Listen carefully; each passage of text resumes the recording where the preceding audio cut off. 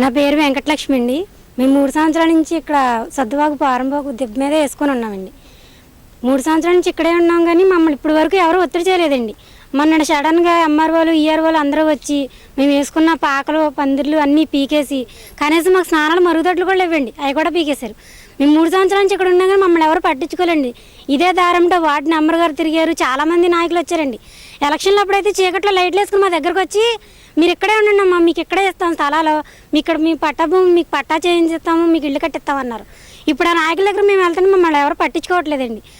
నీళ్లు తీసేయంగా సరిగా పంచాయతీ పైపు అది కూడా ఆనమల్ లేకుండా పీకెళ్ళిపోయారండి శుభ్రంగా, పంచాయతీ పైపు కూడా.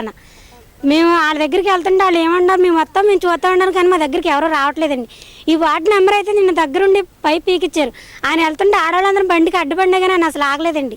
మమ్మల్ని అంత నిర్లక్ష్యంగా తీసేశారండి. అంటే ఓట్లు వేయించుకుంటా కదా మేము పనిచేస్తాం తెలుగుదేశం నాయకులకి, ఇప్పుడు మాకు న్యాయం చేయడానికి అయితే ఎవరు ముందుకు రారా? మేము ఇది ఎలాగ అడుగుతున్నామని మా దరిదాపులోకి ఎవరిని రానివ్వకుండా, అసలు మాకు ఎలాంటి సహాయం అందనివ్వకుండా చేస్తున్నారండి. ఇవాళ పీతల సుజాత గారి దగ్గరికి వెళ్ళామండి.